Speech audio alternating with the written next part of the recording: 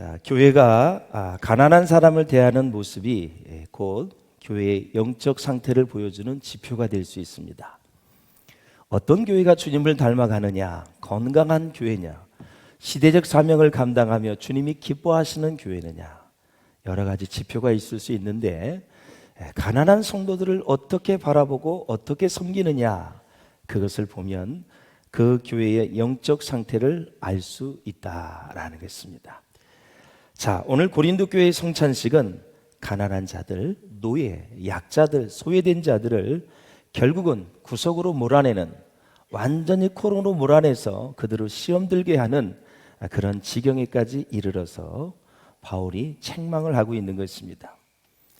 그런 성찬식에는 주님이 계시지 않는다는 거죠.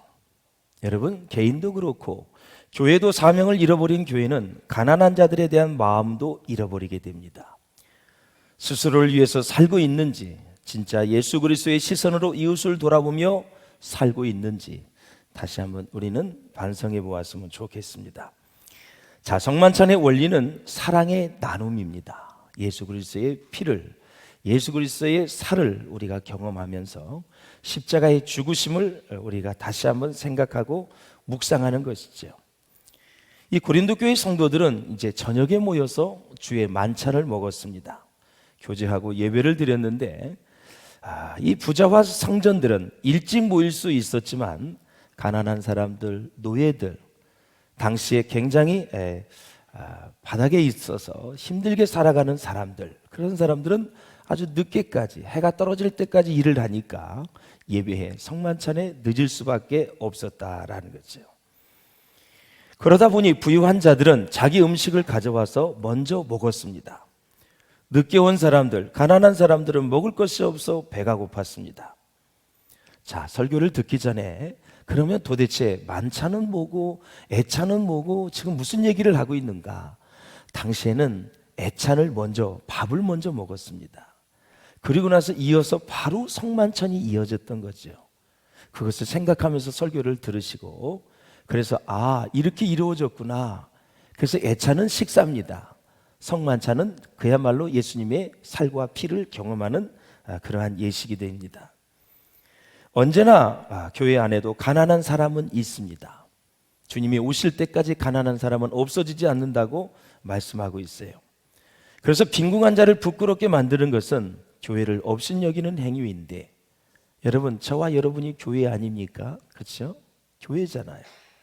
그런데 그 교회를 업신여기는 것은 그 교회, 그 사람을 피로 값주고 사셨습니다. 누가? 예수님이.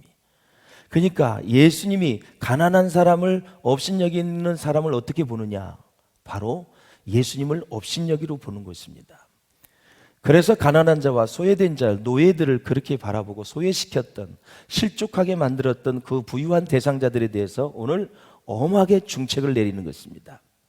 이때 나중에도 보지만 병이 들고 죽었습니다. 성만찬을 그렇게 만들었던 사람들이. 그래서 사랑하는 여러분, 정말 우리는 사람을 귀하게 볼 수 있는, 한 영혼을 천하보다도 귀하게 볼 수 있는 그런 마음을 가질 수 있기를 주의 이름으로 축원합니다. 정치인만 그런 게 아닙니다. 경제인, 사회인, 문화체육인, 종교인 다 마찬가지입니다. 하나님은 목사님들만, 성도님들만, 교회에 다니는 사람만 그렇게 여기는 것이 아니라 이 지구상에 있는 모든 사람들이 한 영혼을 천하보다도 귀하게 여겨야 된다. 정말 그 마음이 식으면 여러분, 하나님에 대한 사랑이 식은 것입니다. 말씀에서 멀어진 것입니다. 그래서 오늘 이제 본문을 보면서, 자, 믿음은 언제나 무엇과 연결되어야 되냐면 사랑과 연결이 되어야 됩니다. 믿음이 없이는 하나님을 기쁘시게 할 수가 없다 그랬어요. 어떤 일을 하든 믿음으로 하고 거기다 사랑으로 같이 연결이 돼야 됩니다. 사랑으로 연결이 돼야 돼요. 할렐루야. 성도들이 함께 모여서 음식을 나누는 궁극적인 목적은 뭐냐? 그 당시 애찬은 주님을 기념하기 위해서입니다. 자, 본문에서 바울은 성만찬 문제로 고린도 교회 성도들을 책망하고 있는데, 자, 이스라엘 민족의 풍습을 한번 보겠습니다. 이스라엘 사람들의 교회는 민족성이 참 강하지요. 정말 어느 민족보다도 민족성이 강하고 자부심이 대단합니다. 또 회당을 중심으로 살기 때문에 스스로 모이는 일이 많았습니다. 어느 책의 문헌에 보니까 이스라엘 회당에서 예배를 드리게 되면 대개 1시간이나 2시간 전에 미리미리 온다고 합니다. 미리 와서 이야기도 하고 한 주간 어떻게 지냈는지 담소도 나누고 차도 마시고 교제를 해요. 할아버지, 아버지, 손주, 손녀들까지 3대에 걸쳐서 함께 찬송도 하고 예배가 끝나도 집에 잘 가지 않고 뜨거운 교제를 나눈다고 합니다. 그래서 안식일이 되면 거의 회당에서 지내는 것이 그들의 일상이었고 그들의 삶의 모습이었습니다. 그리고 이제 안식일 날 저녁 무렵이 되면 아이들은 아이들끼리, 어른은 어른들끼리 이야기를 나누다가 저녁 식사를 하고 집에 돌아갑니다. 마치 우리 교회 순예배가 그렇지요. 아이들을 데리고 다 모입니다. 그리고 나서 어른들은 같이 순예배를 드리고 아이들도 같이 교제를 하고 밥 먹을 때 같이 먹고, 그래서 순모임에 속한 가정들이 친해질 수밖에 없고 그 자녀들이 같이 좋은 교제를 나눌 수밖에 없지요. 바로 회당도 그렇게 했다라는 사실입니다. 그 당시에 어떤 풍습이 있었냐면 에라누스라고 하는 일종의 식사를 겸한 잔치가 있었어요. 에라누스. 각자가 음식을 준비해서 오는데 점심시간이나 저녁시간이 되면은 거기에 리더가 선포합니다. 자, 식사 시간입니다. 이렇게 공포를 하면 돈 많은 사람은 좋은 음식을 해다가 자랑스럽게, 그것도 자기 친한 사람들만 불러가지고 나누어서 먹고, 조금 덜 친하고 가난한 사람은 무시했던 것이 그 당시의 모습이었습니다. 자, 이런 이제 상황이 계속 반복이 되니까 가난한 사람은 한쪽 코너 구석에서 아주 초라하게 식사를 합니다. 또 어떤 가난한 사람은 음식을 가져오지 못해 아예 먹지도 못하는 현상이 일어나기도 하고요. 그래서 이 에라노스라는 잔치는 그 취지가 참 좋은 것이었는데 점차적으로 시간이 지나면서 높은 자와 낮은 자, 있는 자와 없는 자, 이런 데서 이제 차별하는 일이 생기게 되었다라는 것입니다. 자, 그런데 예수 믿는 사람들이 이제 예수를 믿으면서 또 모이기를 시작했습니다. 이제 그럴 때에 역시 자기들의 풍습과 습관이 있으니까 그 맥락대로 에라노스 모임, 그 음식을 가져와서 잔치를 하게 된 것입니다. 그런데 이것이 이제 기독교로 바뀔 때, 유대교에서 기독교로 바뀔 때에는 이제 원래의 에라노스 잔치가 이제 아가페의 잔치로 바꾸는 것입니다. 바뀌어졌어요. 그래서 아무튼 초대교회에서는 에라노스로부터 이제 아가페라는 모임으로 모였는데 이것을 사랑의 잔치, 애찬이라는 이름으로 모였다라는 것입니다. 자, 성도들이 집에서 음식을 준비해 와서 함께 식사를 하면서 교제를 나누었는데, 이렇게 이제 애찬이 있은 다음에 식사를 같이 한 다음에 성만찬이 거행이 됐습니다. 그런데 일부 교인들이 애찬에서부터 먼저 먹고 너무나 포도주를 많이 먹어서 취함으로 애찬과 성찬을 그냥 일반 식사로 전락시켜 버렸습니다. 이것이 식사인지 성만찬인지 구분할 수 없을 정도로. 그래서 진정 이제 성찬신이 가까웠는데 완전히 그냥 취해가지고 인사불성으로 그렇게 헛소리하고 하면서 모든 분위기를 다 망쳐놓는 거죠. 결국 이것이 가난한 자와 부유한 자, 또 여러 가지 지위가 높은 자, 낮은 자, 있는 자, 없는 자가 나누어지면서 교회 분열의 원인이 되었기 때문에 가장 거룩하게 치러야 될 성만찬이, 그 성만찬을 통해서 교회 분열이 일어나니까 사도 바울이 펜을 들은 것입니다. 그렇게 하면 아니 된다라는 것입니다. 그래서 부유한 자들은 자신들이 준비해온 음식을 이 가난한 자들과 나누어 먹지 않고 가난한 자들이 오기 전에 자기들끼리 다 먹어서 음식이 없는 것입니다. 그래서 이 소외된 가난한 자들은 굶주리고 상처를 받아 부유한 자들과 가난한 자들 사이에 형제애가 깨지고 말았습니다. 그래서 바울은 고린도 교회에 다시 한번 성찬의 중요성을 가르치면서 성찬은 집에서 하는 식사가 아니라 우리 주님이 죽어 주심으로써 나타내는 새 언약의 의식이기 때문에 합당하지 않게 먹고 마시면 자기 죄를 먹고 마시는 것이 된다고 지금 바울이 경고하고 있는 것입니다. 자, 17절 18절 한번 같이 보겠습니다. 시작. 내가 망하는 이 일에 너희를 칭찬하지 아니하나니 이는 너희의 모임이 유익이 못되고 도리어 해로움이라. 먼저 너희가 교회에 모일 때 너희 중에 분쟁이 있다 함을 듣고 어느 정도 믿거니와 그랬습니다. 자, 분쟁이라는 말이 나옵니다. 여기에서 분쟁은 스키즈마타라는 단어예요. 나쁜 의미에서 분열을 얘기하는 거, 분쟁. 그리고 19절에 보면 너희 중에 파당이 있어야 된다. 너희 중에 옳다 인정함을 받은 자들이 나타나게 되리라 그랬는데, 파당이 도대체 무엇일까? 파당은 하이레세이스라는 단어인데 이 뜻입니다. 바르지 못한 일이 일어날 때 그 일이 잘못된 일이라고 지적하는 사람들이 등장을 해서 견해가 갈라지는 것입니다. 자, 성만찬을 냈습니다. 어떤 아주 진실한 거룩한 사람들이 딱 보니까 이건 아닌 것 같아. 그러니까 얘기를 합니다. 우리 정말 진지하게 거룩하게 했으면 좋겠다, 이런 얘기를 하는 사람이 있어야 되는데, 고린도 교회는 분열은 있고 파당이 없다라는 것은 모두가 다 이 성만찬에 대해서 무엇이 올바른지를 모르고 있다라는 그 얘기입니다. 파당이 있어야 된다는 것은 저건 저렇게 하면 안 된다고 말하는 사람이 있어서 그 성만찬이 다시 시정이 돼서 잘 돼야 되는데 그런 말을 하는 사람이 없다라는 그런 얘기를 하는 것입니다. 그래서 파당은 좋은 의미의 단어로 사용되고 있습니다. 자, 그래서 고린도 교회는 식사와 성만찬 문제로 분열은 있었지만 파당이 없었습니다. 바울은 이 점을 진짜 안타까워하고 있는 것입니다. 파당이 있어야 너희 중에 옳다 인정함을 믿는 자들이 나타나게 되기 때문에 그렇지요. 다시 말해서 옳고 그름이 분명해질 수 있기 때문에 그래요. 바울이 개척을 하고 1년 6개월 동안 목회를 하고 떠나간 이후에 부유한 사람들이 믿음이 변질이 됐습니다. 그리고 나서 사랑의 식사의 정신에서 떠나서 잘못된 생각을 가지기 시작을 했다 그랬어요. 그래서 이 부유한 귀족들이 이제 돈이 많으니까 시간이 많습니다. 항상 그렇습니다. 어느 시대든 돈 많은 사람이 시간이 많아요. 가난한 사람은 하루 종일 일을 해도 얻는 것이 별로 없습니다. 시간을 많이 투자해도, 그러니까 시간을 많이 쓸 수가 없지요. 그래서 이 시간이 많은 이 부유한 귀족들이 일찍 교회에 도착을 합니다. 그리고 늦게 오는 그러한 가난한 사람들을 기다리지 않고 최상급 음식들을 먼저 다 먹어버렸습니다. 그래서 성경에 보면 먼저 갖다 먹는다라는 단어가 원어에 보면은 개걸스럽게 먹어 치운다 그 단어예요. 그러니까 부유한 사람들이 먼저 와서 최고급 음식을 먼저 다 개걸스럽게 먹어 치워버립니다. 음식이 없어요. 너무 많이 좋은 포도주를 먹어서 아주 취했습니다. 인사불성이에요. 반면에 가난하고 노예된 사람들은 굶은 배를 채울 수가 없었습니다. 상처만 남게 되었다라는 것입니다. 그래서 바울이 부유한 성도들을 이렇게 책망합니다. 22절을 같이 보겠습니다. 시작. 너희가 먹고 마실 집이 없느냐? 너희가 하나님의 교회를 업신여기고 빈궁한 자들을 부끄럽게 하느냐?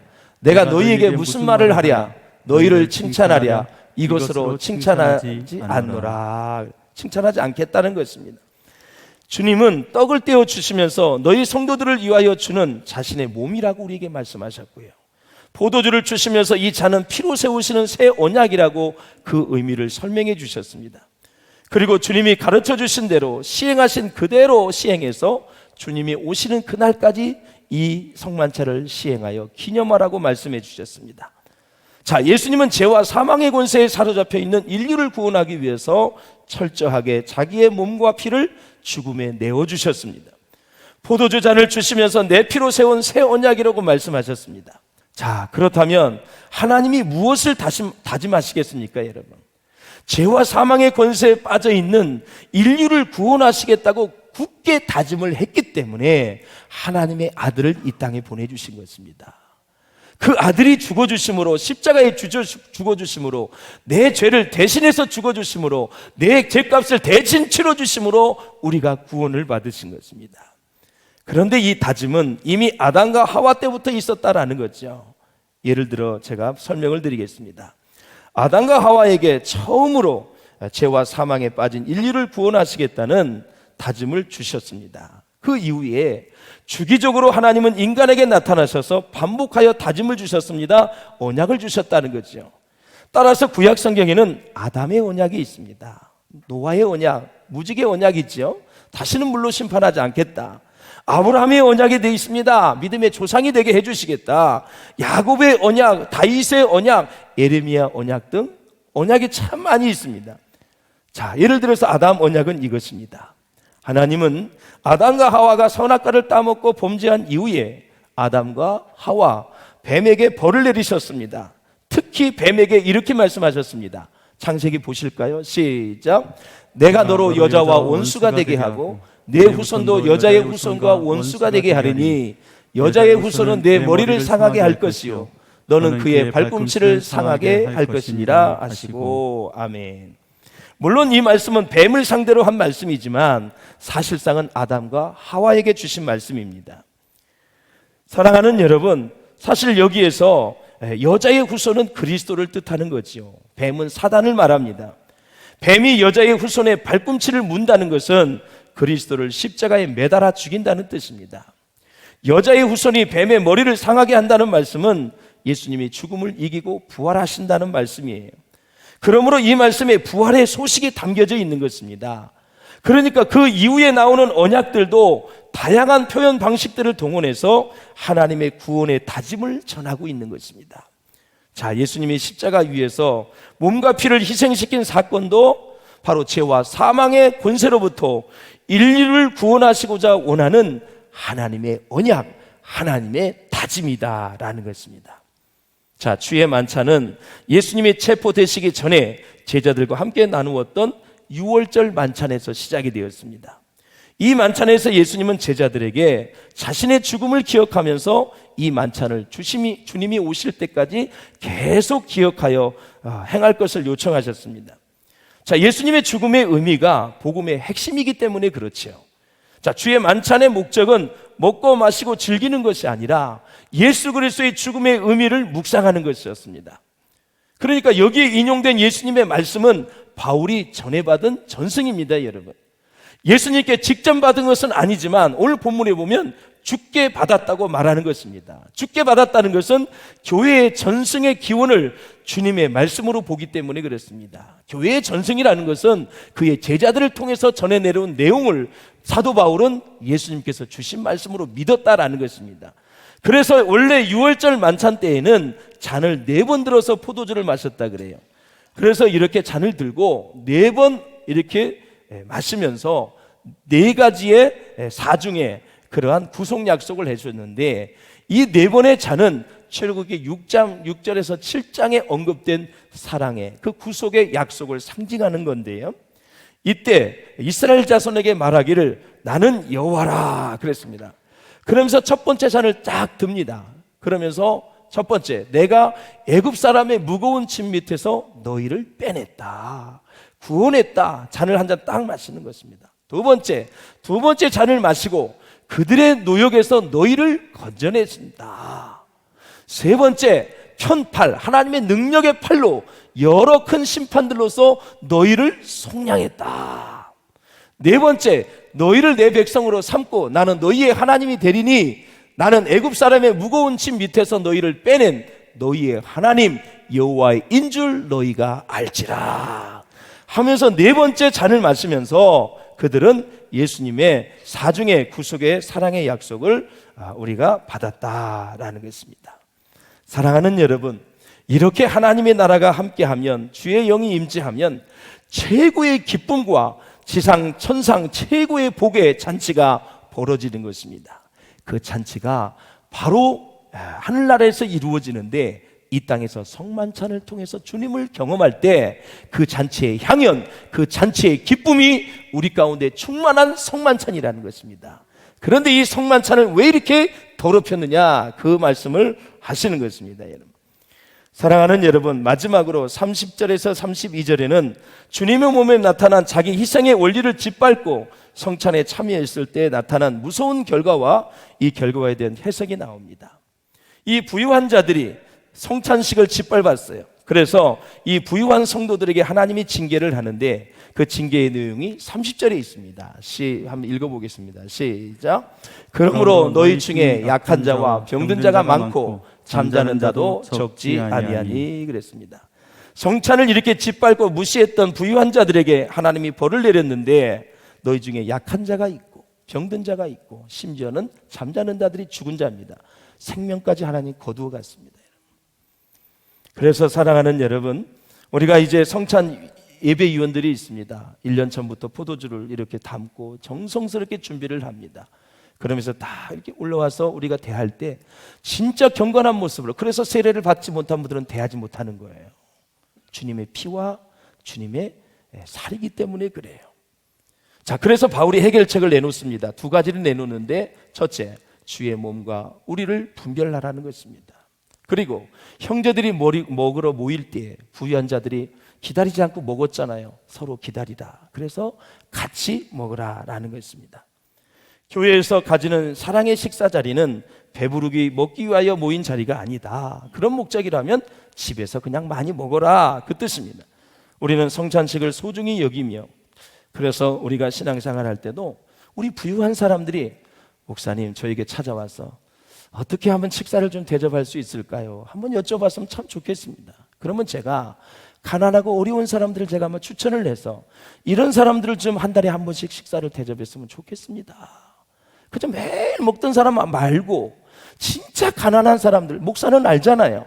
그런 사람들을 좀 대접했으면 얼마나 좋을까, 안타까운 마음이 있는 거예요. 그래서 목사님 그런 분들 좀 추천해 주시죠. 그러면 제가 부교육자들에게 딱 얘기해서, 야, 참 세상 살기 힘든데 좀 몇 사람 추천을 해서 같이 좋은 자리를 좀 마련해서 같이 한 공동체의 모습을 좀 회복하자. 그러면 딱 대접을 하면 얼마나 보기 좋습니까? 더 여유가 있다면 봉투 좀 조금 해서 1, 20만 원 준비를 해서, 아유 성도님 집사님 얼마나 힘드세요, 나중에 아이들하고 식사라도 좀 한번 하시죠. 이렇게 좀 대접을 하는 문화가 교회에 일어났으면 참 좋겠다라는 생각이에요. 그저 친한 사람끼리 희덕하고 그냥 2차, 3차, 4차까지 다 먹으면서 얼마나 가난한 사람들이 여러분 생각을 했습니까? 예. 얼마나 어려운 사람들을 생각하면서 밥을 먹고 있습니까? 그래서 애찬과 성만찬을 우리가 대하면서 우리는 그런 것들을 좀 깨달았으면 참 좋겠다라는 사실이죠. 예, 할렐루야.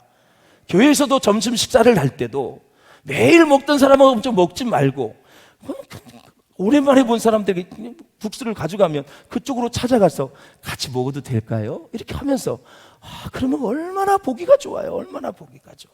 예. 그렇게 할 수 있기를 주의 이름으로 축원합니다.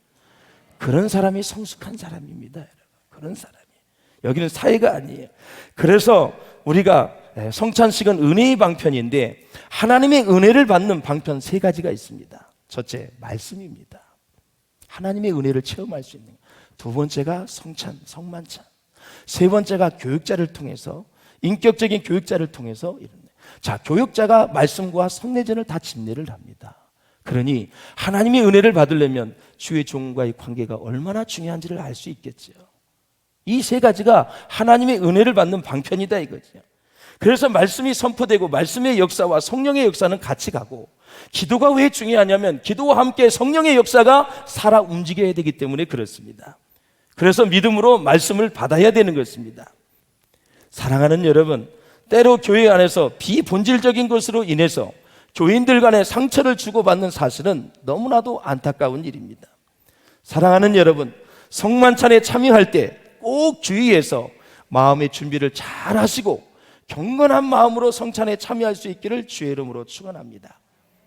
여러분, 성만찬에 참여할 때 얼마나 은혜와 큰 감동을 받으셨는지요. 혹시 나 때문에 상처받고 또 어려움을 당한 성도는 없는지 한번 돌아보시고요. 혹시 나도 모르게 상처를 주셨던 분은 없습니까, 여러분? 그렇다면 내가 그 사람에게 상처를 주었다면 어떻게 하면 그 사람을 보듬고 같이 갈 수 있을까요? 하나님의 은혜를 구할 수 있기를 주의 이름으로 축원합니다. 말씀을 맺겠습니다. 성찬 예식 속에 모든 은혜의 말씀이 다 들어가 있습니다. 거기에는 화목도 있고요, 생명이 있고 구원이 있습니다, 약속이 있습니다, 종말이 있다고 말씀을 드렸어요.